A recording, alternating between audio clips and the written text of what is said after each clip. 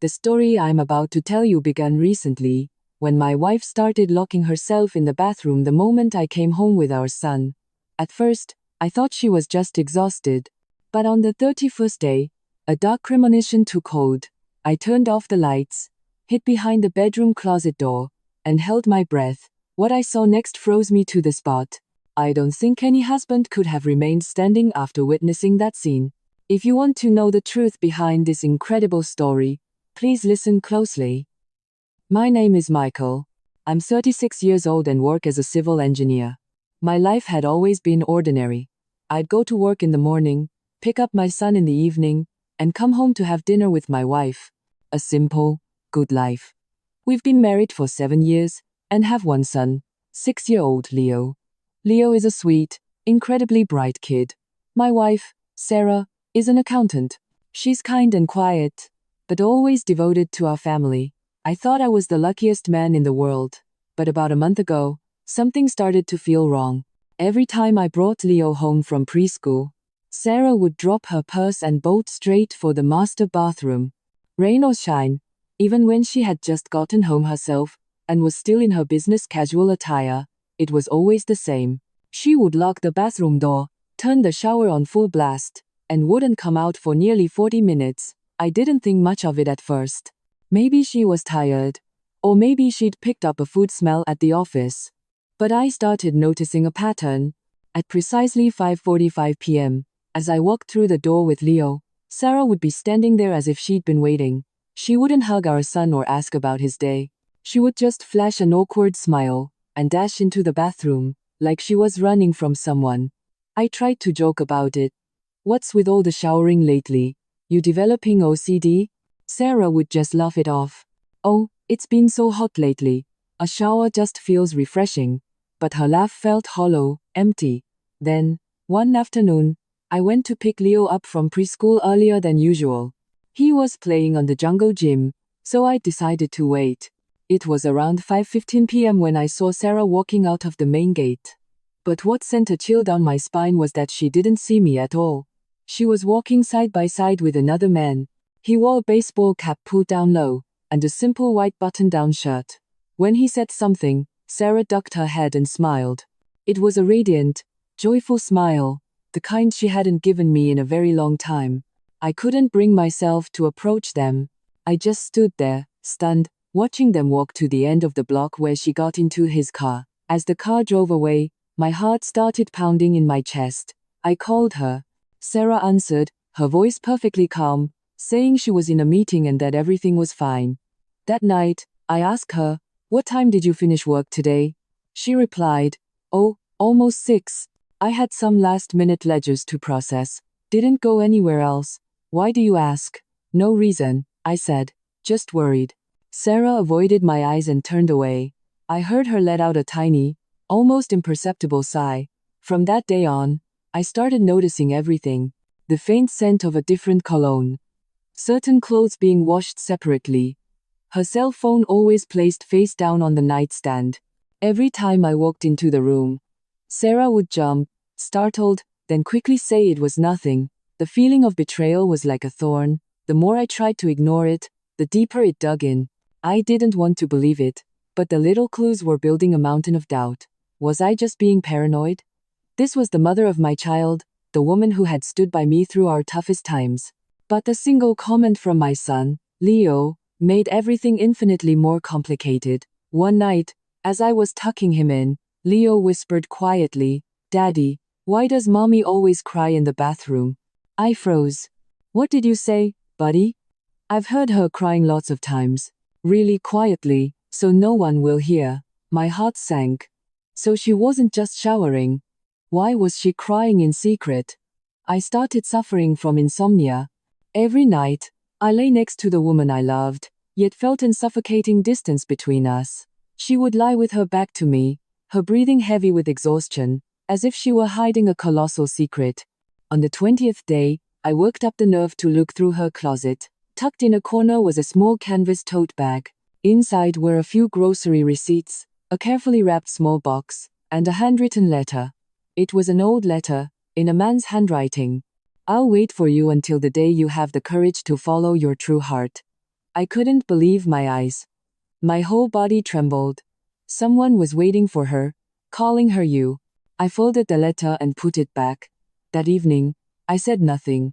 We ate dinner like normal. I talked with our son, but my mind was reeling, as if an earthquake had struck. On the 25th day, I took a day off work and followed her. Sarah left her office at 4:30 p.m. and walked to a small cafe near a city park. I watched from my car across the street, and then he appeared again. The same man. They spoke with a cautious but undeniable affection. Sarah handed him a small envelope. The man opened it, looked inside, and then took her hand, holding it for a long time. I wanted to storm over there and demand an explanation, but my feet felt rooted to the ground. I didn't want my son to become the child of a cheater, and I didn't want to become a husband blinded by jealousy. That night, Sarah took another long shower. I sat on our small balcony, watching the hazy light spilling from the bathroom window. The steady sound of the water drowned out everything else, sounding just like the slow, grinding erosion of my own heart. On the 30th day, I made a decision. Tomorrow, I would find out everything. I couldn't live in this darkness any longer. I made a plan. After picking up Leo and coming home, I would pretend to change clothes and go into our bedroom. But really, I would hide behind the closet door, where I could watch the bathroom through the crack. Just as I expected, Sarah went into the bathroom, locked the door, and turned on the water. But this time, I heard a whisper, a tiny voice, almost inaudible, "Please don't call me anymore. I'm so scared." I held my breath. I heard the rustle of a plastic bag, the crinkling of paper, and then, a sob broke through. I leaned closer, peering through the narrow gap. Sarah was slumped against the wall, tears mixing with the streams of water from the shower head. In her hand was a small test tube. She opened the cap, stared at its contents for a long moment, and then, with a trembling hand, placed it on the shelf. "What in God's name is that?" Just as I was about to go in, her cell phone rang. Sarah answered with a shaky voice. "I still have it, but I can't do it. Please, just stop coming to see me." In that moment, it felt like my heart stopped. A secret so immense was trapped in that bathroom, shrouded in steam, tears, and a desperate plea. I was frozen, my mind racing with a single question: what on earth was my wife hiding? And who was that man? I would find out tomorrow. I had to. I never could have imagined that the truth I would witness on the 31st day would be enough to shatter my entire world. That morning, I woke up earlier than usual. Sunlight streamed through the curtains, illuminating Sarah's face as she slept on her side. Her eyelashes trembled slightly. I watched her for a long time. She was still beautiful, but it was a foreign beauty now. The woman I once knew seemed to exist only in my memory, and this was just her shadow. Leo was fast asleep in the next room. I slipped out of the house quietly. Only one thought consumed me. Today, I would find the truth. I told Sarah I had a busy day at the construction site, and dropped Leo off at my mother's house. For the entire morning, I did nothing but sit in my car parked down the street, watching the clock hands tick by. With every minute, my heart felt heavier, like a stone in my chest. In the afternoon, I got a text from Sarah. "Pick up Leo. I'm heading home now, to start dinner." But I already knew she wasn't going home to cook. I picked up Leo, dropped him back at my mother's, and returned to the preschool. A familiar silver sedan was parked a little way down the street. The man in the baseball cap got out and waited. As expected, Sarah appeared. They didn't hold hands or hug, but the look they shared was not one of mere colleagues. It was a look filled with longing, fear, and a kind of bond I couldn't name. They spoke quietly for a moment, then walked together toward a residential area behind the school. I followed them. They stopped in front of a small house with a blue door and a for rent sign in the window. Sarah took out a key and opened the door, while the man glanced around nervously, as if checking if they were being followed. I stood about 30 feet away, my heart hammering against my ribs. It felt like someone was choking me. The door closed. I don't know how long I stood there. It must have been close to an hour. Finally, the door opened and Sarah came out first. She was clutching a small canvas bag, and her face was pale. The man followed, whispering something with his head down. At his words, Sarah burst into tears. He raised his hand and wiped her tears away. I saw it clearly. The gesture was so gentle, So familiar, like that of someone who had once been incredibly close. I squeezed the car door handle so hard the skin on my knuckles split, but I felt no pain. All I could hear was the wind and the frantic thumping of my own heart. When Sarah came home that night, I pretended I knew nothing. As was her habit, she went straight to the bathroom. I hid in my usual spot, behind the closet door. The bathroom door closed, and the sound of the shower filled the air. But this time was different. The water didn't run for long. After about 5 minutes, it stopped. I pressed my eye to the crack in the door. Sarah was sitting on the floor, holding the same small test tube I'd seen the day before. The cap was off, and inside was a single drop of a pale red liquid. She carefully poured it into a larger glass vial, then took out a single white sheet of paper. On it were the words, "Paternity test results. The secret of the last 6 years." My entire body went rigid. I watched as she held the paper, tears streaming endlessly down her face. She was weeping with a raw, guttural sound, as if someone was squeezing her heart. "No," she whispered, clutching her chest. "It can't be him. I couldn't take it anymore." I threw the door open. "Who can't it be?" Sarah gasped at the sound of my voice, and the paper fluttered to the wet tile floor.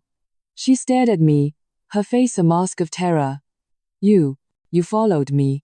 Tell me," I demanded, snatching the paper from the floor. "Who is that man, and what the hell is this?" My eyes scanned the words. "Paternity relationship, exclusion confirmed." I froze on the spot. Below were 2 names, Michael Miller and Leo Miller. My throat closed up, and my mind went blank. "What does this mean? Tell me," I screamed, my voice cracking. Sarah collapsed, burying her face in her hands, and sobbed uncontrollably. "I didn't mean for this to happen. I thought he was dead." "WHO?" Sarah was silent for a long moment, then her trembling voice answered, "Dan." The name was a dagger through my heart. Dan, my best friend, my brother. We'd worked together on the same construction sites, shared countless beers. 3 years ago, he disappeared after an accident at the river. We all assumed he drowned.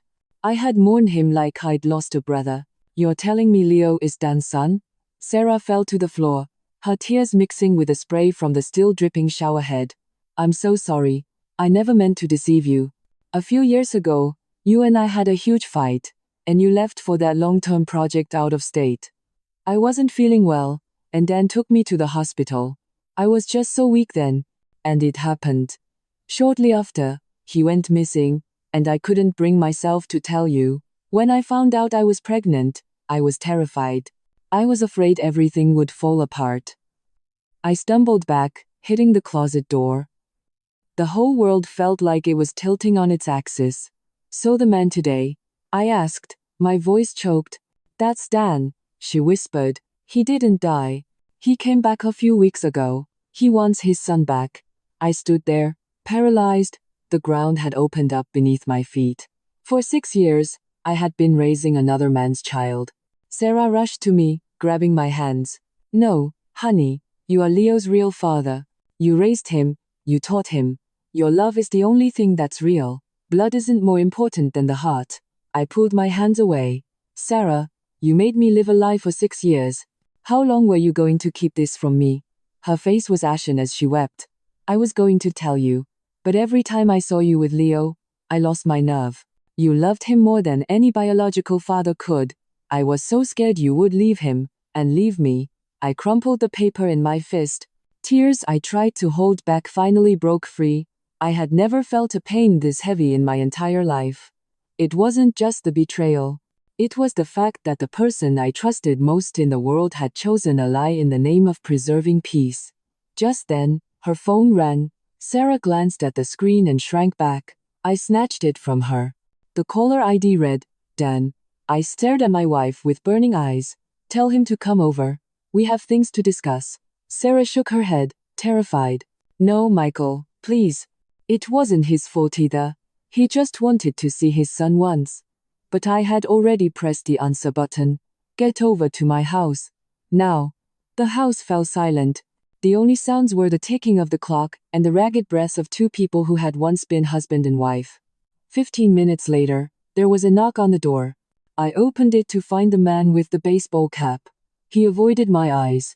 His face was gaunt, but it was unmistakably Dan. He looked at me and said in a shaky voice, "Mike, I'm sorry. I never intended to break up your family. I just wanted to know if my son was okay." I laughed, a bitter, hollow sound. "That's rich, Dan. You spend 6 years at the bottom of a river and come back to take the last thing I have left." The air grew thick, suffocating. Sarah fell to her knees between us, sobbing. "Please, both of you, don't do this. It's my fault. Blame me." I looked at my wife, at the man who was once my friend, and at the home that had once been filled with laughter. I realized that from this moment on, nothing would ever be the same. Outside, the sky suddenly opened up. Fat drops of rain began to fall, as if trying to wash away 6 years of carefully hidden lies. But for me, the storm inside was just beginning. The rain outside the balcony doors intensified into a downpour. The wind rattled the glass, sounding like my own heart shattering. 3 people, 3 fates, trapped in a house that was once a home, now just the wreckage of a lie.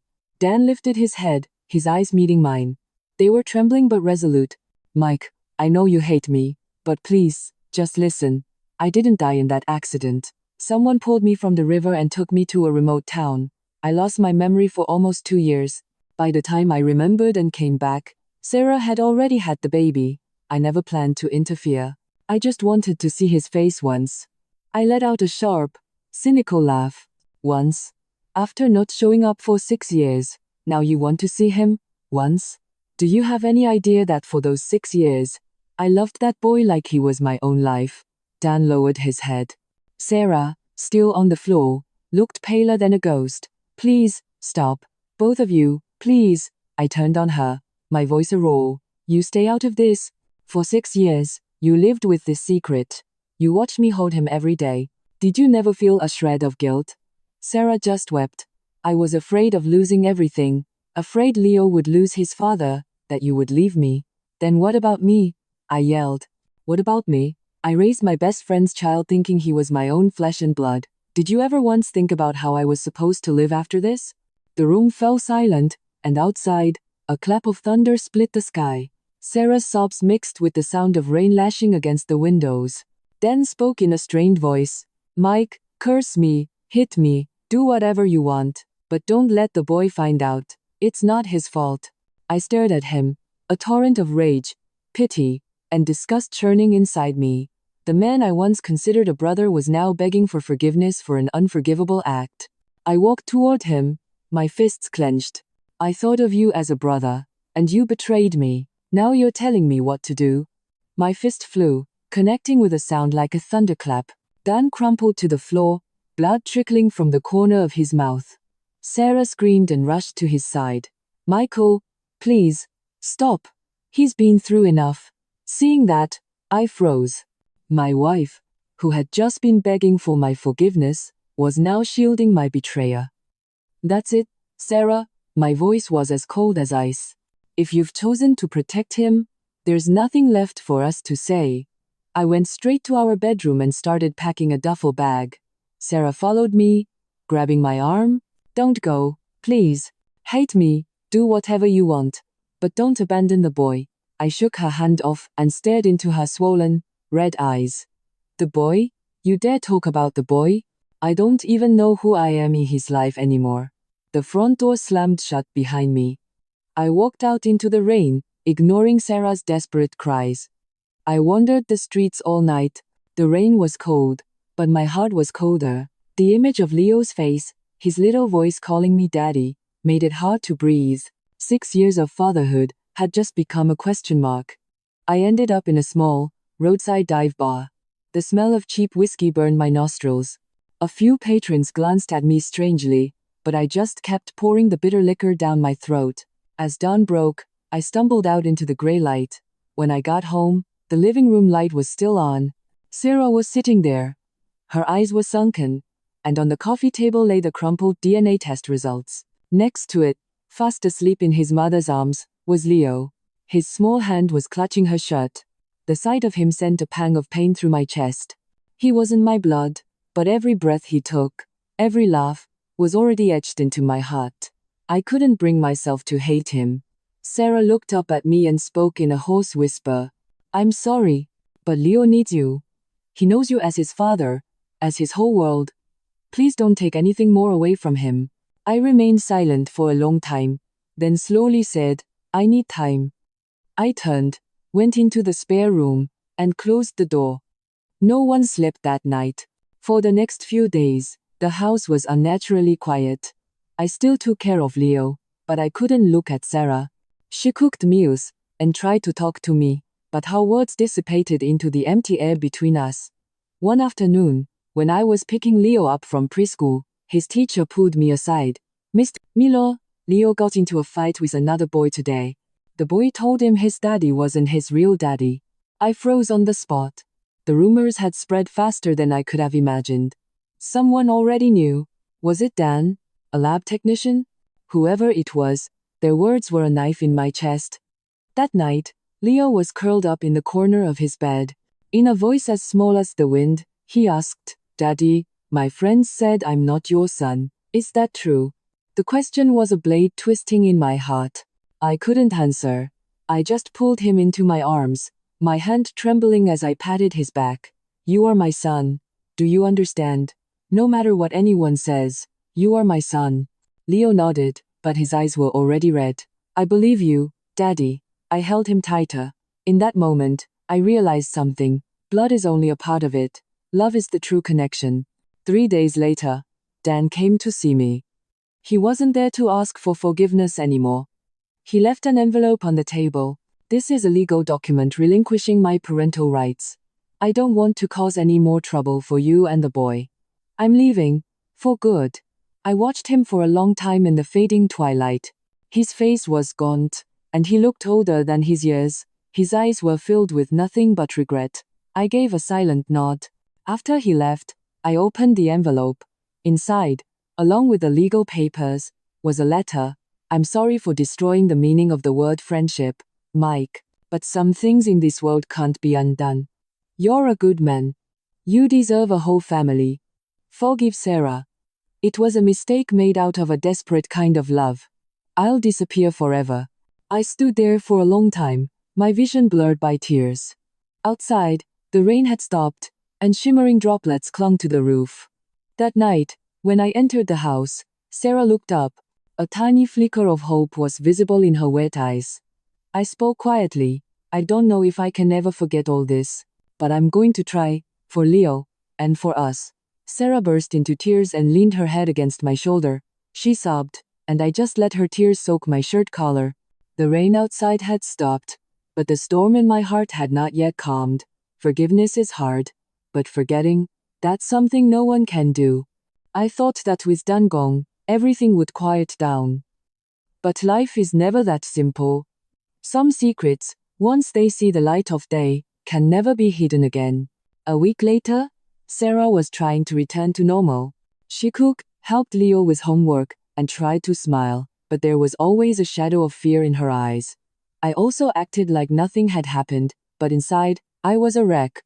Every time I looked at Leo, I felt a deep affection mixed with a dull ache in my chest. The boy had no idea that his world was teetering on the edge because of a single piece of paper. That afternoon, I was washing my car in the driveway when our next-door neighbor, Carol, walked by. With a tone that was half curiosity and half pity, she said, "Oh, Michael, I heard you've been having some trouble at home." Such a shame about the little boy. I stopped, the hose dropping from my hand as water pooled around my feet. "Trouble, Carol?" She glanced around conspiratorially and lowered her voice. "The rumors, dear, that he isn't your biological son. The whole neighborhood is whispering. I don't know who started it, but that's what everyone is saying." I froze. A cold sweat trickled down my back. "Who did you hear that from?" "People are saying your wife was seen meeting a strange man, that he's the boy's real father." "Oh, it just breaks my heart for you." I couldn't hear anything else. My ears were ringing, and a fire was burning in my gut. I knew, instinctively, it was Dan. He'd said he was leaving, but someone maybe at the DNA lab, or a neighbor near that rental house, must have seen them. A rumor like that spreads like wildfire in a suburb. That evening, when Sarah came home from the grocery store, A group of women from the neighborhood were whispering by their mailboxes, stealing glances at her. She forced a smile and walked past them, but her face was ashen. When she got inside, she asked in a trembling voice, "They all know, don't they?" I didn't answer, just stared out at the yard. She knew my silence was a yes. That night, Sarah wept with her head in her hands. I never thought the rumor would spread this fast. All I ever wanted was to protect our son. I looked at her, my voice strained. "You didn't know? When you chose to lie to me, to deceive me, you didn't think this day would come? This is the price of silence." She sobbed. "Blame me all you want. But please, don't let Leo hear any of this. I'm terrified of him finding out." I looked at her, torn between anger and pity. But I knew that in a neighborhood like this, once a rumor started, it was nearly impossible to stop. 3 days later, my worst fear came true. That afternoon, Leo came home from preschool with his head hung low, his eyes red and puffy. When I asked what was wrong, he wouldn't speak. After a long silence, he said in a choked voice, "Daddy, my friend said I belong to someone else, that I'm not your son. Is it true?" The question felt like someone was squeezing my heart. I forced a smile and stroked his hair. "Who told you that, buddy?" My friend heard it from his mom. Even my teacher was looking at me funny, all the strength drained from my body. Sarah was standing behind the door, clutching her shirt, silent tears streaming down her face. I pulled Leo into a tight hug and said quietly, "You are my son. Nothing and no one can ever change that. No matter what people say, you are etched into my heart like my own blood." Leo nodded, but tears dripped from his eyes. That night, after Leo was asleep, I called Sarah out to the small balcony. We sat in silence under the dim porch light. "We can't live here anymore," I said. "People won't leave us alone." Sarah looked up, her eyes wide with fear. "You want to move?" "Yes. So Leo can live in peace. I can handle the stairs, but he can't." With a trembling hand, she took mine. "It's all my fault, Michael. I don't need anything anymore. I just need you to forgive me." I stared out into the darkness. The sound of crickets felt mournful. "Forgiveness? I want to. But how can I forget all those nights I lay next to you, not knowing that the child in your arms was the result of someone else?"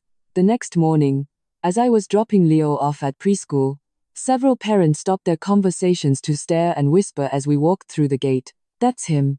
The husband whose wife cheated. Poor guy. Raising another man's kid and didn't even know." I clenched my jaw and walked straight ahead, but their whispers were like hundreds of needles piercing my skin. In the afternoon, the preschool director called me. "Mr. Miller, for the sake of Leo's psychological well-being, we think it would be best if you kept him at home for a while. He's being teased by the other children and has become very withdrawn." I was stunned. A profound sense of powerlessness washed over me. When I got home, Sarah was folding Leo's clothes. I said quietly, "Pack your bags. We're moving tomorrow." She paused for a moment, then nodded silently, tears welling in her eyes. On our last night in that house, just like on that fateful night, it started to rain again. Sarah came to my side and said in a choked voice, "I regret it. If you hadn't gone away for that project back then, would everything have been different?" I looked at her for a long moment before answering softly, "What's the point of regret? My mistake was already made. My mistake was trusting too much." She lowered her head and sobbed. "I'm not good enough for you." "Stop it," I cut her off. "We leave tomorrow. We'll find a place somewhere else. We'll start over." She looked up, a tiny spark of hope in her eyes. "You still want to be with me?" I was silent. The truth was, I didn't know. All that was left between us was a sense of duty and our child. But despite everything, I wanted Leo to grow up with both his parents. The next morning, as we loaded our belongings into a small U-Haul truck, the neighbors came out to watch. Their gazes were a mixture of pity and scorn. Carol came over, sighing, "Well, it's for the best. Go somewhere quiet and start fresh. People's mouths around here are too vicious." I just bowed my head in a silent goodbye. The truck pulled out of the familiar cul-de-sac. Sarah sat beside me, holding Leo, and I watched our old roof disappear in the rain through the rearview mirror. I felt completely empty inside.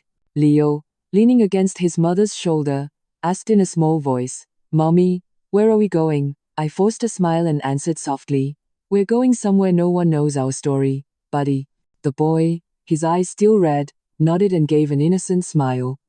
That night, in a small rental apartment, on the outskirts of the city, Sarah quietly placed her hand on my shoulder. "Thank you for choosing to stay. I know you haven't forgiven me yet, but I'll do whatever it takes to make it up to you." I said nothing. Outside, the sound of rain drumming on the old tin roof was deafening. I knew my life would be different from now on. But for the sake of that child, and for my own pride as a father, I had to stand strong. Sarah leaned her head against my shoulder and whispered, "As long as you're by my side, I can endure anything in this world." I sighed quietly and stared out into the pitch-black darkness. A flash of lightning illuminated 3 shadows in the small room. A wounded man, a repentant woman, and an innocent child, who still didn't know the world's sorrow.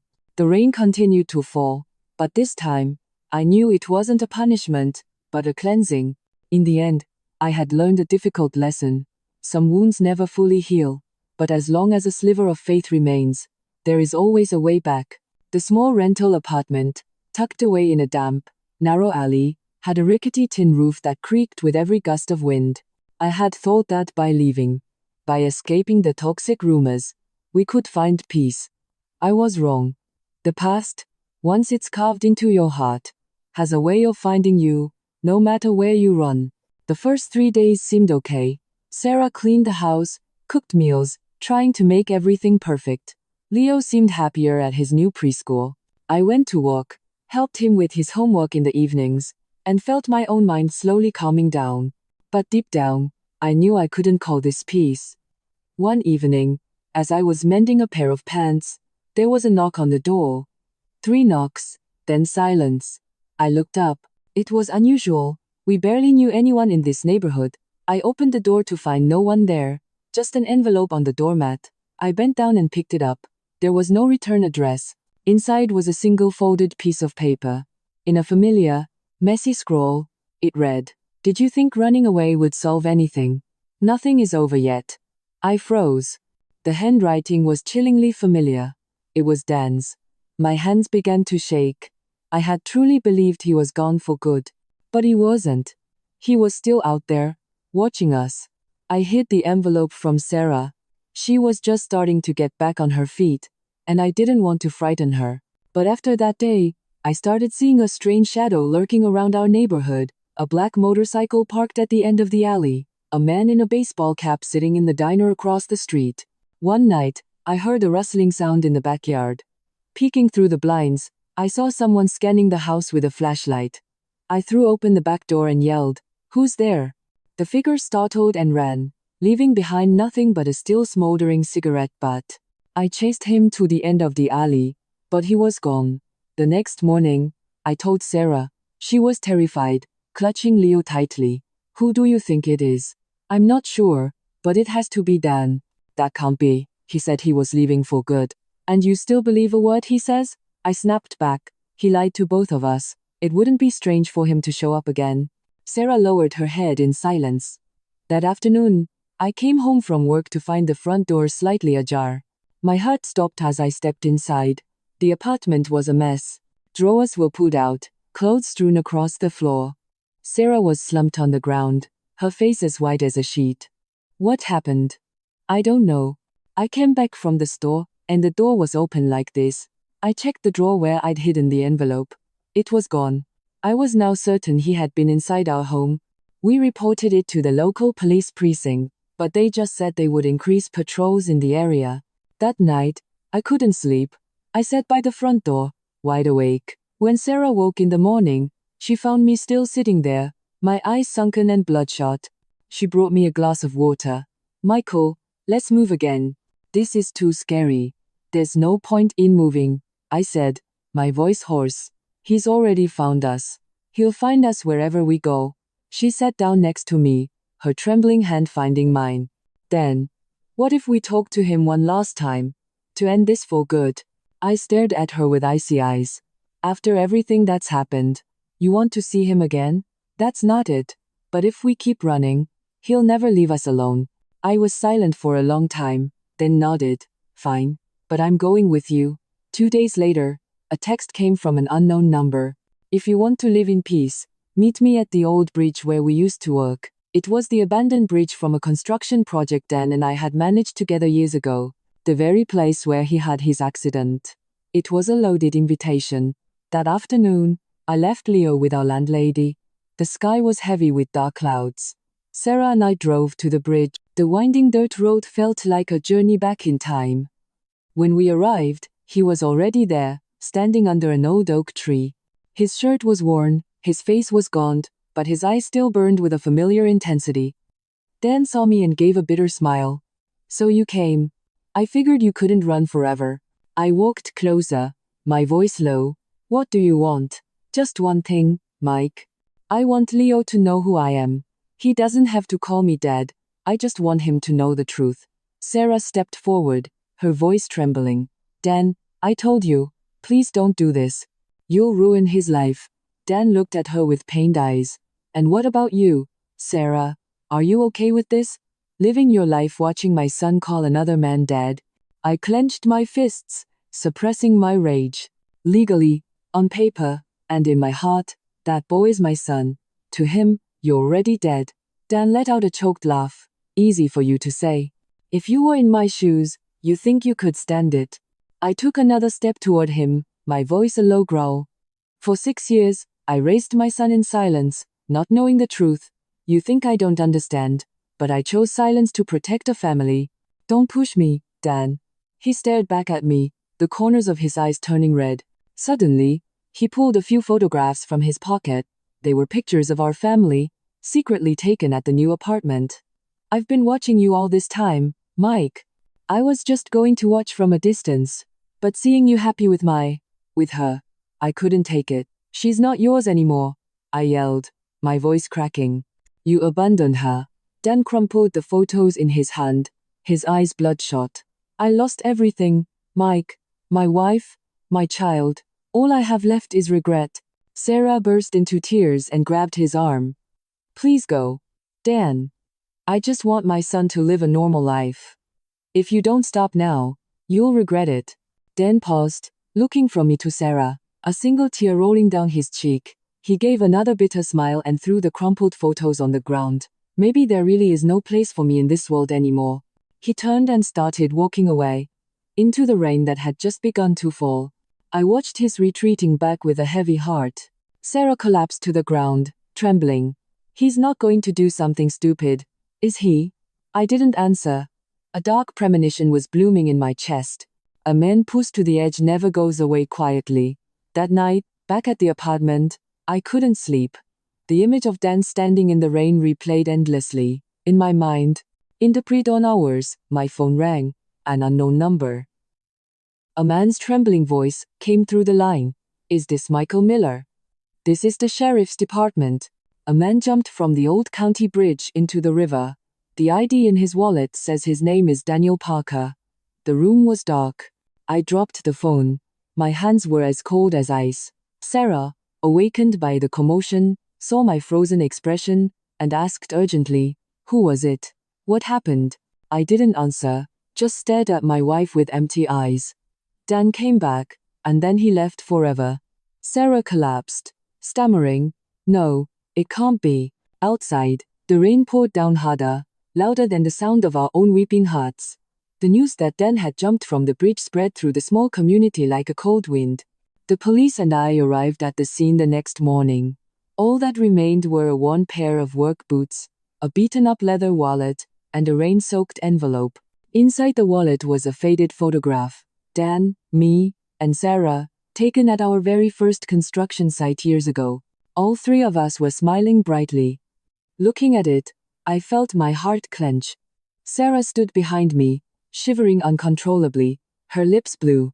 She couldn't even cry out loud, just made small, choked sounds. A deputy handed me the sealed envelope. There was a suicide note in his wallet, addressed to you. With trembling hands, I took it and opened it. It was Dan's handwriting, jagged and strained, as if written in agony. Mike, if you're reading this, it means I've chosen my path. I'm sorry, not just for the boy, but for everything. I lived one half of my life in regret, and the other half in guilt. When I saw Sarah again, I just wanted to tell her I was alive. But when I saw you, and I saw Leo smiling at the dinner table, I knew there was no place for me. I was wrong, but I truly loved her once. Don't hate Sarah. She was only trying to keep her family whole, and I don't deserve to live anymore. The last words were blurred by water, but I could make out 2 words. Forgive me. I folded the letter. My hands were ice cold, and the rain was still drizzling down, each drop feeling like a weight on my chest. I had never dreamed I would see the day my brother-like friend would disappear into a cold river. Sarah sank to the ground, sobbing. It's all my fault. If I had just agreed to meet him that day. I helped her up, my voice flat. It's too late for that now. I'm just tired. Dan's funeral was a small, quiet affair held by the river. His mother came up from the south, her hair completely white. She cried out his name until her voice was gone. When she saw me, she looked at me with eyes full of blame. It's your fault. If you hadn't taken everything from him, my son wouldn't have ended up like this. I stood there and said nothing. In her grief, she needed someone to blame, and I was the target. Sarah knelt silently before his memorial photo, clutching the old family picture. She couldn't look at anyone, just kept her head bowed as tears dripped onto the ground. Leo was too young to understand.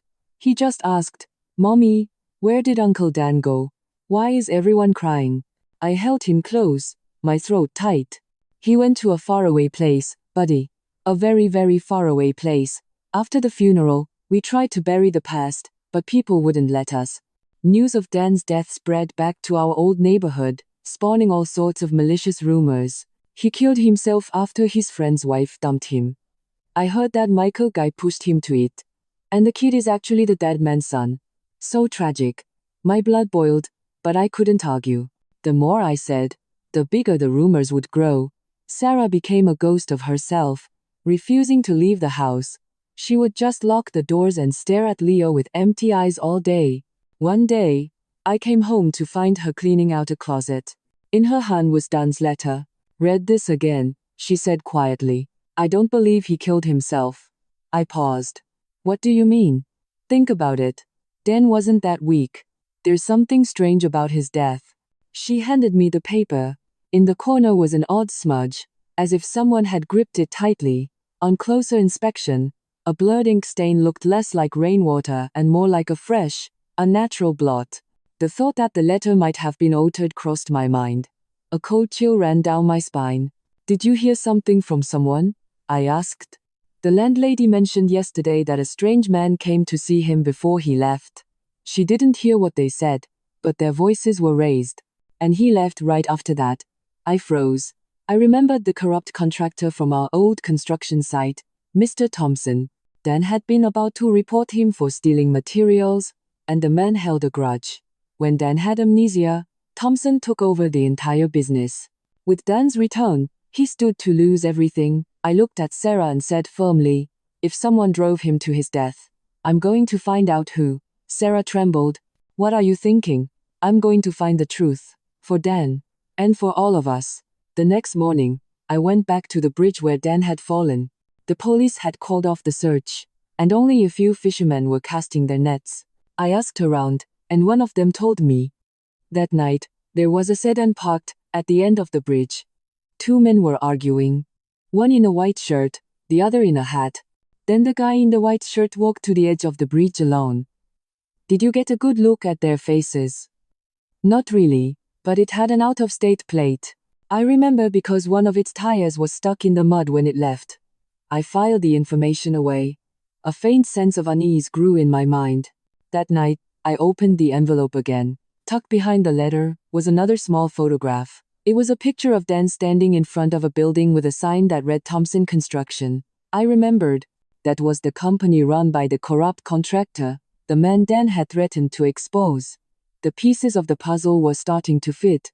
I stood up and took Sarah's hand. "I think I know. His death wasn't a suicide." Her eyes widened in fear. "Don't do anything reckless. If he was really murdered, you could be in danger too." I said quietly, "I have to, even if it's dangerous. For an innocent man, who died unjustly, and for ourselves." That night, I couldn't sleep. Outside, The wind picked up again, and rain spattered against the tin roof. On the table, Dan's letter lay open. A final sentence was faintly blurred, but I could now make out a name. Thompson. I clenched the letter. My heart was pounding. Yes, Dan didn't kill himself. He was forced. And I made a vow. I would uncover the truth, no matter the cost. After that night, I couldn't sleep peacefully anymore. Every time I closed my eyes, I saw Dan's dark gaze looking down at the river in the rain. I knew my old friend hadn't chosen to die. Someone had pushed him to the edge, and I had to risk everything to find the culprit. The next morning, I drove to the old company where Dan and I used to work. A rusty iron gate and a dusty Thompson construction sign were faintly visible. Mr. Thompson, the once shady subcontractor, was now the boss, barking orders in a booming voice. He saw me and smirked in surprise. Well, if it isn't Mike Miller. Heard you quit your job. What brings you here? I tried to maintain my composure. I'm here about Dan Parker. He's dead, and I was wondering if you happened to see him on his last night. Thompson raised an eyebrow, his lips twisting into a sneer. See him? Why would I want to see the guy who tried to ruin my company? That's a strange question to ask. Someone saw you with him on the bridge right before he disappeared. Thompson laughed, but his eyes were wary. That's just a rumor. The dead can't talk. I suggest you stop digging up the past. It won't do you any good. I clenched my fists. Do you think you can bury everything, Mr. Thompson? Dan told me he had proof of your contract fraud. Aren't you afraid the police will find it? Thompson's face hardened, his voice dropping. You should know your place. Dan is dead. You don't want to follow him, do you? It was a cold, clear threat. I looked him straight in the eye, and replied curtly, if you've done nothing wrong, you have nothing to fear. I turned and walked away, a fire raging inside me. I was now certain Thompson was the one who had driven Dan to his death. That night, I told Sarah everything. Her face went pale, and she trembled. What are you going to do now? I'm going to find the evidence Dan left behind. He told me he saved copies of the fraudulent contracts on a USB drive. If I can find that, Thompson won't be able to escape. But what if he finds out? That man is not someone to mess with. I'm not afraid. If I stay silent, Dan will forever be remembered as a suicide. Sarah's eyes filled with tears as she took my hand. I'm scared of losing you. I've already been through enough pain. Please don't take a father away from Leo too. I held her hand gently but firmly. I promise, this time, no one in our family will get hurt. The next day, I went to the old rental, where Dan had stayed before he died. The landlady remembered me. Oh, that young man. He was so quiet and kind. A few days ago, a man in a dark suit came by, said he was a friend. After he left, the young man packed his bags and said he was going to meet his past. I asked, did he leave anything behind? Yes. I haven't cleared out the cardboard box in his closet yet. I opened the box. Inside were some old files, a few notebooks, and a small silver USB drive. My heart pounded. I put it in my pocket. It felt like I was holding the key to a tragedy. Back home, I plugged the USB into my laptop. The screen filled with files. Thompson Construction 2018 project contracts. Bank transaction records. On-site photos. I opened them one by one. It was all there, clear evidence of how Thompson had forged contracts and embezzled millions of dollars. There was even an audio file of Dan's voice, trembling but resolute. Mr. Thompson, stop this. If you keep stealing materials, I'll take these documents to the authorities. Thompson's cold reply followed.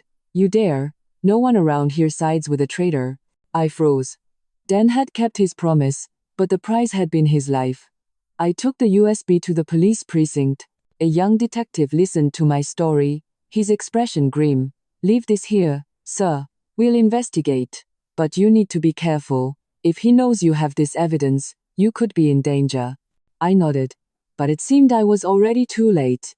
That evening, on my way home, a large truck driving on the wrong side of the road swerved toward me, nearly forcing me into a ditch.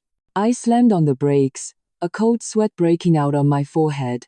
The truck's license plate was familiar. It was the same one seen at the bridge the night Dan died. I knew Thompson had already figured it out. That night, I didn't go home. I called Sarah and told her to lock the doors and take good care of Leo. I sat in a small cafe at a street corner, watching the street outside. A man in a black jacket stood a few yards away, chain smoking. I pretended to take a loud phone call. Yes, detective, I submitted the USB. You said there's more than enough to indict him? Great. I'll come by tomorrow to get a copy. Within seconds, the man in the black jacket hastily left. I smiled grimly. My hunch was right. But just as I was about to get up, my phone rang. It was Sarah's terrified voice.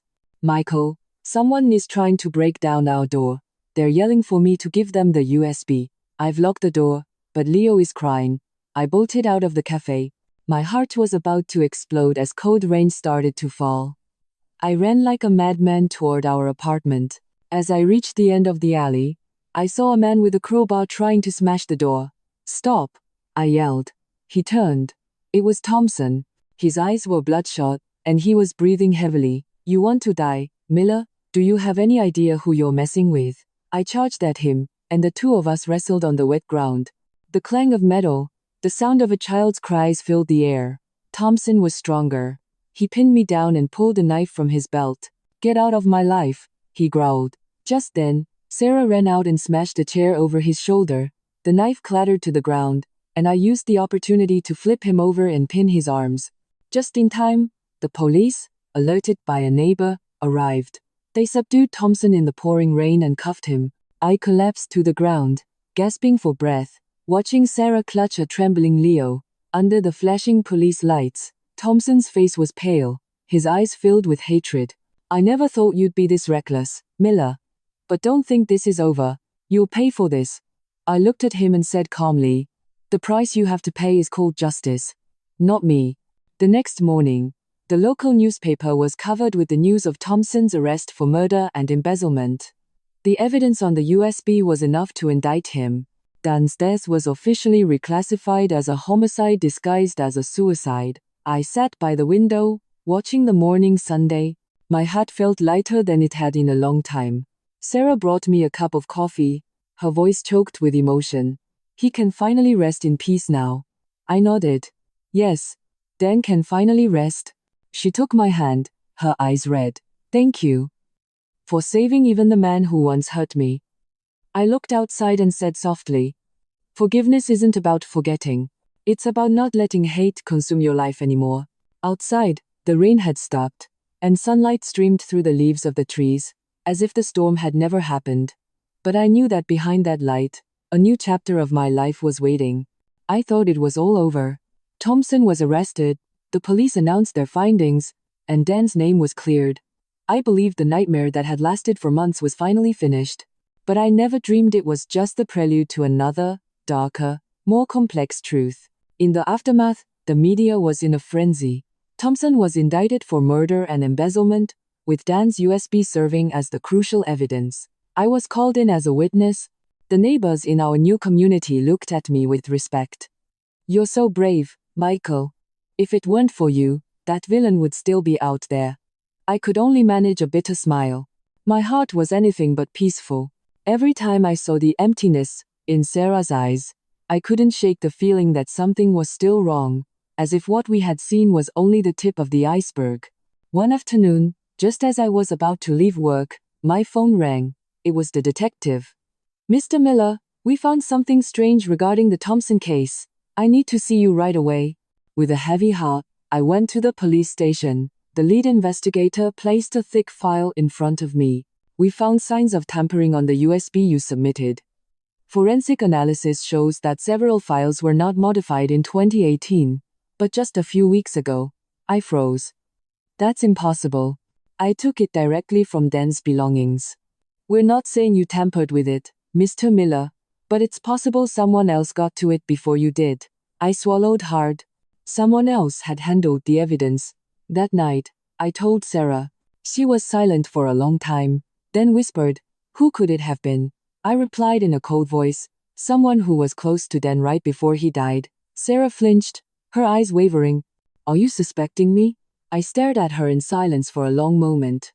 In that instant, a detail I had overlooked resurfaced. The day we met Dan at the bridge, when I had chased after him into the rain, Sarah had been left alone with him, if only for a brief moment.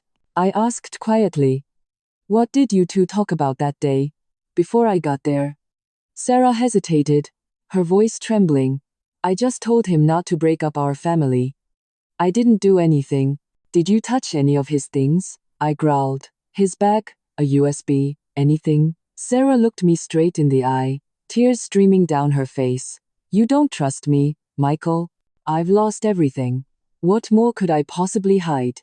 I turned away, conflicted. I wanted to believe her, but my gut told me there was something about Dan's death she wasn't telling me. 3 days later, the police informed me that Thompson had confessed he didn't kill Dan.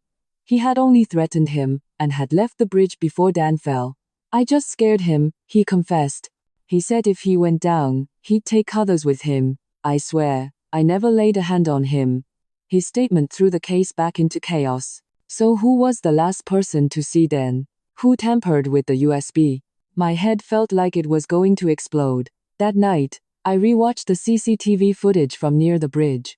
In the grainy video, after Thompson's car leaves, a woman in a long coat is seen walking toward Dan. I zoomed in. It was blurry, but I recognized the silhouette, the way she walked. It was Sarah. The mouse slipped from my hand. It felt like my heart had stopped. The next morning, I pretended to go to work but drove back to the bridge. The old bridge keeper recognized me. "Oh, yeah.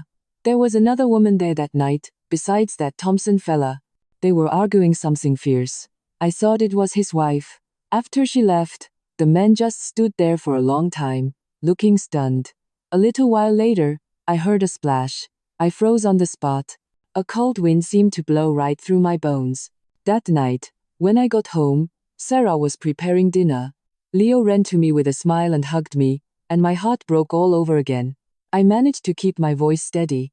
"Honey, that day, after I left, you didn't really go back to the bridge, did you?" Sarah froze, her chopsticks clattering onto the plate. Her face went white. "Why are you asking that again? People saw you. You were on the CCTV footage. Do you have anything to say, Sarah?" She sank into a chair, tears dripping from her chin. "I wasn't trying to hide it. I was just afraid you'd hate me even more." I looked at her, my voice choked. "What did you do?" Sarah trembled as she spoke. "After you left, Dan grabbed my hand. He said he was going to tell you everything.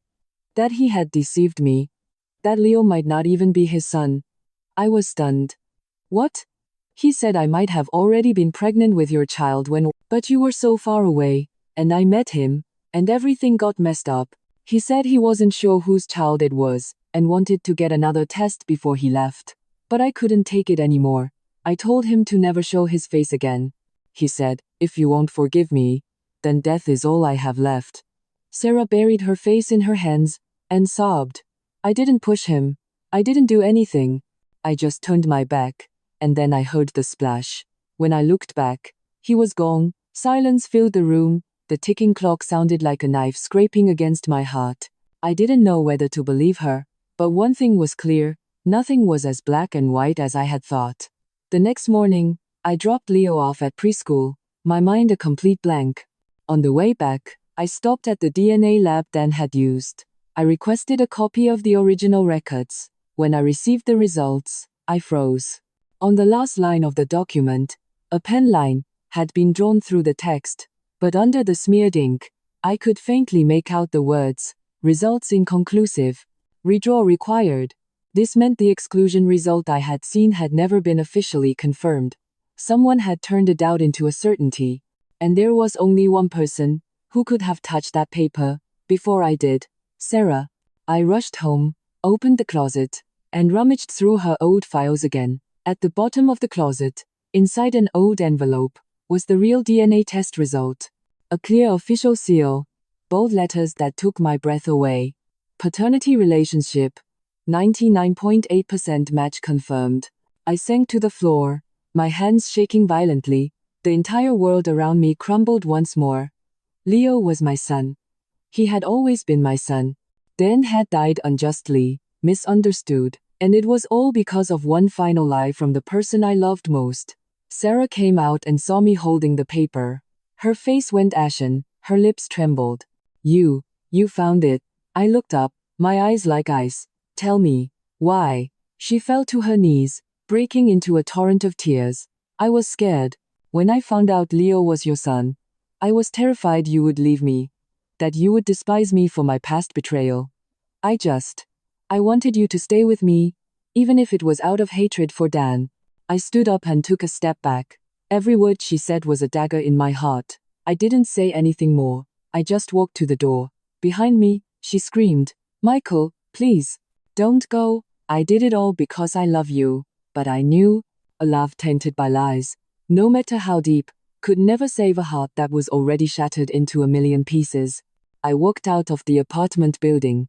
The cold afternoon wind hit my face. Behind me, Sarah's voice was lost in her sobs. Michael, please, listen to me. But I didn't turn back. Each step felt like it weighed 1,000 pounds, and my heart was an empty cavern. Everything I had believed in love, trust, sacrifice was now just a pile of ashes. My wife had deceived me, not out of hatred, but in the cruelest way possible, to keep me, by making me hate my dead friend instead of her. I walked aimlessly until dusk, stopping at the riverbank where Dan had fallen. The calm surface of the water shimmered under the streetlights. I sat on a rock, watching the moonlit ripples. Dan's voice echoed in my head. Don't hate Sarah. She was only trying to keep her family whole. I let out a hoarse laugh that sounded grotesque in the night silence. You idiot, Dan. I was just as stupid as you. We were both killed by the same woman. The only difference is, you're really dead, and I'm just dying on the inside. Someone gently placed a hand on my shoulder. I jumped, startled, and turned to see the old bridge keeper, who had witnessed that fateful night. He sat down next to me and lit a cigarette, the white smoke dissipating into the night fog. Young man, there's something I didn't tell you that night. I looked at him, my voice raspy. What did you see? He nodded, staring into the distance. After the woman left, another shadow appeared. It wasn't that Thompson guy. It was a tall man in a black raincoat, his face hidden by a hat. He went up to your friend, said something, and then your friend stumbled and fell. He didn't jump. He was pushed. My heart stopped. Pushed? Are you sure? Yeah, I saw it plain as day. But when the cops came, I got scared. They told me not to get involved in big trouble, so I kept my mouth shut. But after I saw on the news that Thompson was arrested, my conscience bothered me. There was more than one hand in that death. I stood up, my heart pounding wildly. So, behind it all, there was someone else, hidden in the rainy darkness, someone who had never shown his face. That night, I didn't go home.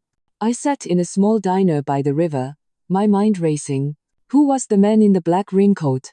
If not Thompson, then who else knew Dan's secrets? Maybe someone connected to the USB, or even to Sarah. Suddenly, a line from Dan's letter came back to me. Thompson isn't the only one who knows everything. A chill ran down my spine. Who was he? The next morning, I returned home to find the door slightly ajar. The apartment was eerily quiet. Sarah, Leo, no one answered. In the bedroom, a note lay on the table. Next to it was the wedding ring I had given her. Michael, I know I don't deserve you. I'm taking Leo to my parents' place in the country for a few days. I need time to think. Please don't come looking for me. And please, don't be angry anymore. I just want you to find peace. Underneath the trembling handwriting was a smudge, like a tear stain. I sank into a chair, my heart heavy, but as I went to fold the note, a ticket fell out. A train ticket to Seattle, departing early that morning. Seattle. It was where Thompson had a major construction project, and where Dan had mentioned he kept another set of evidence. A lightning bolt of suspicion struck me. Sarah wasn't running away. She was going to meet someone. I raced to the station, and got on the next bus to Seattle. During the long, 4-hour journey, my mind was in turmoil. The puzzle pieces were falling into place. Dan was pushed. Thompson was arrested. The USB was tampered with. But why was Sarah entangled in all of this? Why did she seem to know everything before the police? When I arrived in Seattle, I found the old construction site by the waterfront that Dan had worked on. The gate was locked, but I could hear voices inside. I followed the fence until I could peer through a gap. And then, I froze. Sarah was standing there, facing a man in a black jacket, his face obscured by the shadows. Her voice was trembling. I gave you everything I had. What more do you want? The man's voice was gravelly. You think deleting a few files was the end of it? Dan sent a backup copy. You know that, don't you? If that gets out, both you and I are finished. I have nothing left. Believe me or not. The man laughed humorously and stepped closer. Oh, I believe you, but I don't forgive you. You're partly responsible for Dan's death, you know. I held my breath. That voice, it wasn't Thompson. It was someone more powerful, more dangerous. As I pulled out my phone to record, my foot kicked a loose stone. The sound echoed, and the man whipped around, yelling toward me, "Who's there?" I immediately scrambled back. I could hear footsteps chasing me and Sarah screaming, "Don't hurt him." I sprinted to the main road and managed to see the man jump into a black sedan and speed away. I memorized the license plate. Sarah and I sat in a small diner by the beach. She was gasping for air, her face chalk white. "Explain, Sarah. Who is that man?" She lowered her head, her voice choked. "That's Mr. Harrison. He's the executive director at Thompson Construction. He was the one who ordered Thompson to embezzle the money. I was managing the books back then. I was scared Harrison would destroy the evidence, so I helped Dan keep a backup copy. But he found out." I clenched my fists. "So Dan died trying to protect you?" She burst into tears. "I never thought he would actually do something like that. After Dan died, Harrison threatened me. He forced me to tamper with the USB and frame Thompson for everything. He said he would hurt Leo if I didn't." I couldn't say anything. A cold dread washed over me. "You knew everything and you stayed silent." "I'm sorry. I was terrified.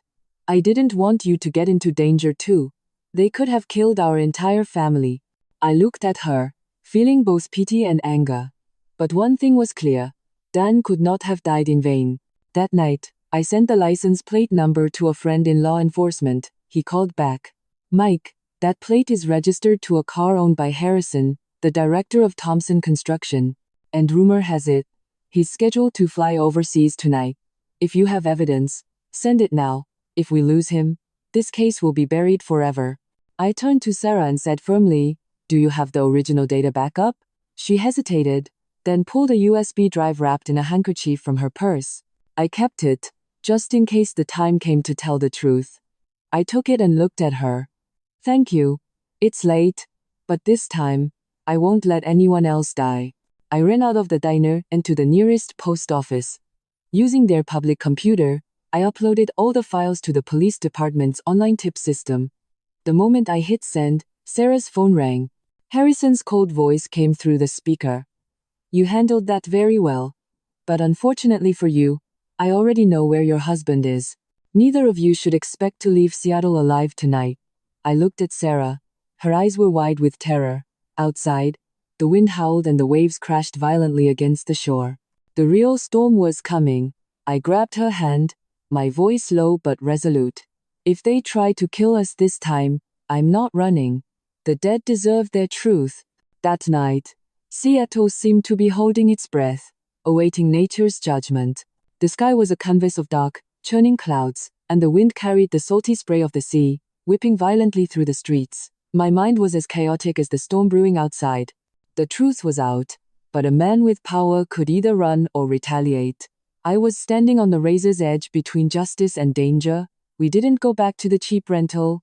I got Sarah and Leo a room in a small, discreet hotel, and took the room across the hall. I wouldn't risk them being ambushed. The police confirmed they had received the files but said the legal process would take time. Until then, we had to protect ourselves. All afternoon, I went back and forth between the hotel and the police station, submitting additional copies and providing every detail I knew. The CCTV footage, the note in Dan's wallet, the breachkeeper's testimony, and the USB Sarah had hidden. The young lead investigator looked at me with tired eyes. "Mr. Miller, we'll do our best to ensure your family's safety, but you need to be careful. Harrison has connections. If he knows he's about to be exposed, there's no telling what he'll do." I nodded. His words felt like another nail in the coffin. A powerful man backed into a corner was bound to lash out unpredictably. As evening fell, I returned to the hotel and bolted the door. I checked the window locks, the deadbolt, my phone, everything. Sarah was sitting on the bed, holding Leo tightly. Her eyes were red. Our son didn't understand everything, but he could feel the adult's anxiety. I knelt down, pulled him into a hug, and forced a smile. Daddy's here. Don't be scared. Daddy will fix everything. He looked at me and nodded with trusting eyes. His smile was like medicine for my soul. But as I tucked him into bed, I noticed a piece of paper on the small nightstand, an unmarked white note with a single line of text. Tonight will be the last peaceful night you have. The handwriting was cold and sharp. My blood ran cold. Someone knew we were in this hotel. I immediately called the investigator. His voice was grim. Stay put. Do not go outside. We are deploying units. But you should also have an emergency exit plan. In the middle of the call, Sarah's phone rang with an unknown number. A low, cold male voice came through the receiver. Mr. Miller, I understand you sent some files this morning. I admire your courage. But you should know, some things can't be fixed by the truth alone. I gripped the phone, my heart about to burst. He didn't have to say his name. I knew it was Harrison. You should give your family a choice. Silence, or watch the destruction. I don't wish to prolong this, but I am not afraid to commit evil if necessary. You do well to remember that before the storm hits. The line went dead. Darkness seemed to fill the room. I closed my eyes for a moment, then immediately called the investigator back. This time, he was reassuring. We have the call recorded. Don't answer anymore. We'll intervene when necessary. I put the phone down and looked at Sarah. She was pale, clutching Leo.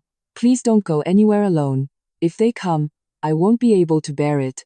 I took her hand and said softly, stay here with him. I won't let anything happen. The night deepened. I had just dozed off when a noise from the hallway jolted me awake. Heavy footsteps, the sound of doors closing, as if someone was checking each room. I called the front desk. They said a few guests had just checked in. I peeked through a crack in the curtains. Under the dim streetlights, I could see shadowy figures, and several unfamiliar cars were parked near the entrance. I knew they were surrounding us. Around midnight, a violent banging on our hotel room door woke the entire floor. Open up, police. I let out a sigh of relief, but the voice that followed was strangely cold. Mr. Miller, open the door. We have a search warrant.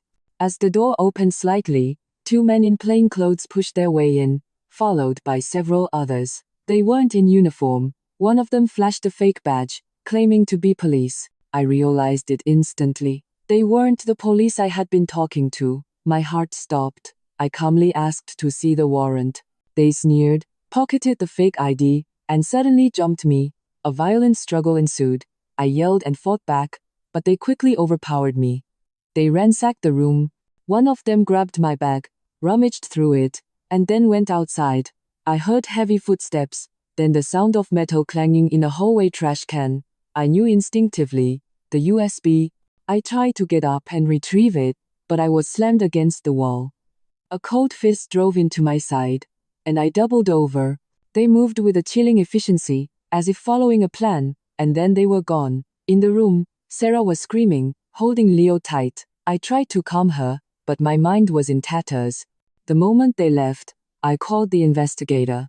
This time, he was alarmed. Those weren't our officers. We're looking into it now. Stay put. We're sending a team immediately. I knew time wasn't on our side. They had gotten into our room and taken the crucial evidence. I wanted to run outside, filled with rage, and chase them, but Sarah grabbed my arm.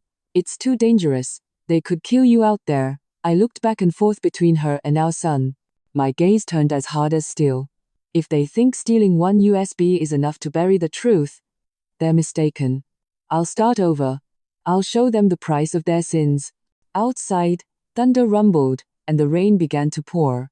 Huge waves crashed against the shore, and the wind howled. With everything on the verge of exploding, the world held its breath before the storm. I stayed awake all night, memorizing license plates, faces, every detail. I knew they would be back, and next time, it wouldn't end with a knock on the door. I called a few trusted friends, asking them to ensure Sarah and Leo's safety. One agreed to stay with them, another to arrange a safe house. As dawn broke, I looked at the gray sky, and a single thought crystallized in my mind. This final battle was no longer between me and Thompson or Harrison. It was a fight between truth and power, between one small family and a vast system trying to cover everything up with violence. I realized I had no choice left. I had to face it head on. Sarah looked at me with exhausted eyes. "What are you going to do now?"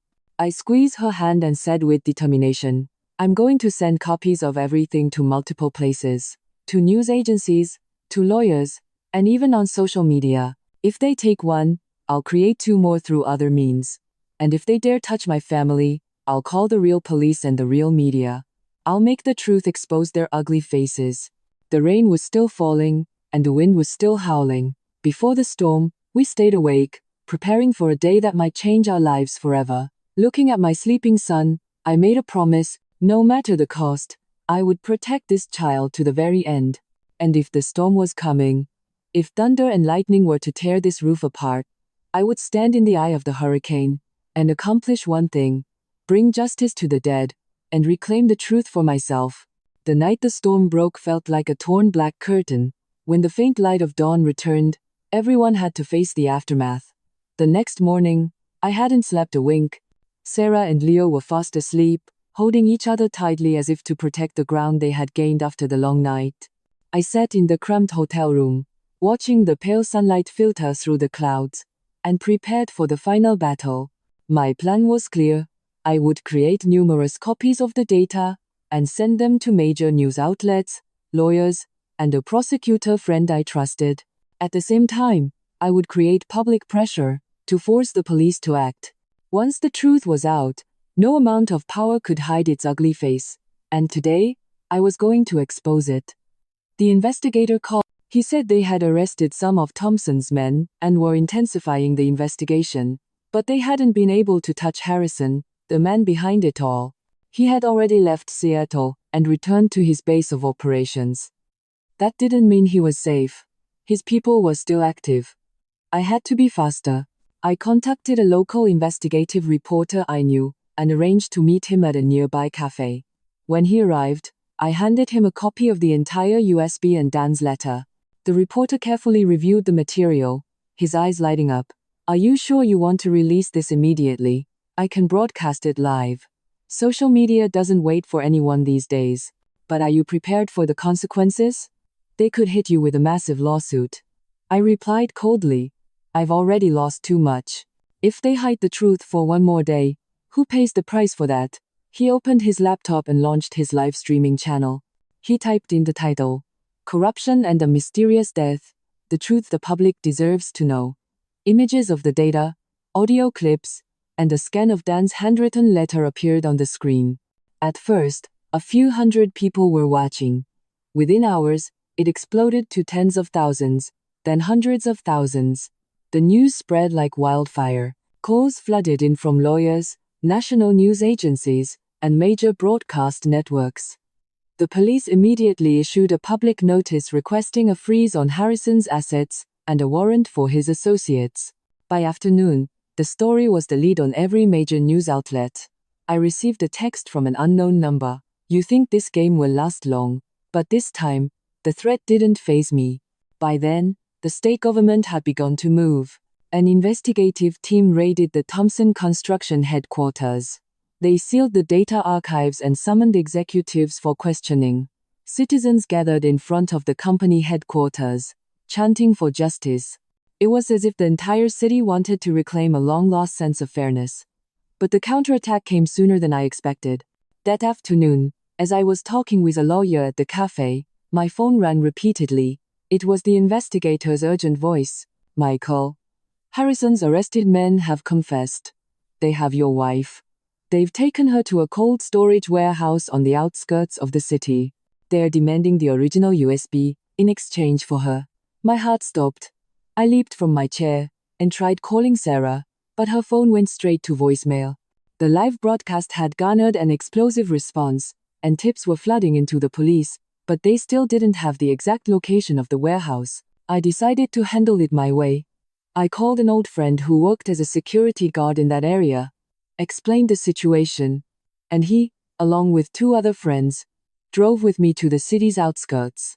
As dusk fell, a cold wind, a remnant of the storm, blew across the landscape, and the sky was as dark as the pressure crushing down on me.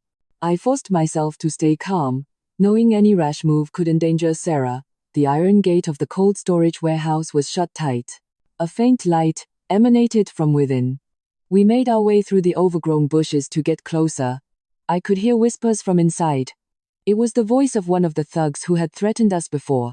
He and a few others were discussing how to handle the situation now that I had gone public.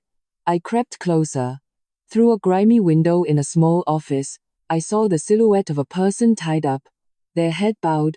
My heart felt like it would burst. I yelled and charged in. "Sarah!" She looked up at me, her eyes wide. The tip of her nose was red. When she saw me, her lips trembled. "Michael, how did you get here?" I started cutting her ropes with a knife. A thug turned, pulling a knife, but my friend tackled him from behind. The sound of curses and a violent scuffle filled the warehouse. In an instant, we had the situation under control. I held Sarah tight. I could feel her heartbeat against my hand. Thanks to the simultaneous media reports and a tip about the warehouse, the police arrived in time. They subdued the kidnappers and took everyone to the station. It was an afternoon of mixed relief and rage. Sarah, still shaking, told me that Harrison's men had kidnapped her as soon as they realized she might have another USB. They had threatened to kill her if I went public and demanded an exchange.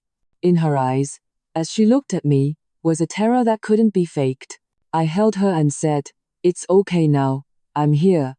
The next day, the police moved swiftly. They analyzed the equipment and documents seized from the warehouse, and Harrison was arrested. This time, he couldn't escape.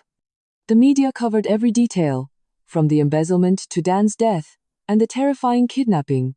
Public outrage was immense, and those who had been wronged began to see justice. That afternoon, after the crowds dispersed, I took Sarah and Leo to the beach. The wind was still strong, and the waves crashed onto the shore, as if trying to wash away the old world. Sarah leaned her head on my shoulder and cried out loud, not from fear anymore, but from the relief of being alive again. She whispered, "I wanted to tell you everything from the start, but I was so scared. Scared of losing you. I'm sorry I lied." I sighed and looked out at the horizon. "You hurt me, but what's more important than my anger now is that our son gets to live in the truth. We've paid too high a price." She looked at Leo playing by the water's edge, her eyes shining. "I'll spend the rest of my life making it up to you. I promise." I held her hand for a long moment, then let go. My steps felt lighter. Justice had just begun to dawn, but the road ahead was long. The legal battles remained, and it would take time to rebuild the trust that had been shattered. I knew this case would continue with trials and appeals. But today, in the aftermath of the storm, one thing was certain: the truth had begun to win. And as the sun quietly set beyond the waves, a single phrase echoed in my heart, not as an ending, but as the beginning of the days to come: let the truth live, and let all wrongs be forgiven. A month after the case went to trial, the city had returned to a semblance of normalcy. In the newspapers, the Thompson construction corruption and murder case was replaced by other headlines, but for me, it was a milestone I could never forget. The trial ended with a long overdue sigh of justice. Harrison was sentenced to life in prison for conspiracy to commit murder and large-scale embezzlement.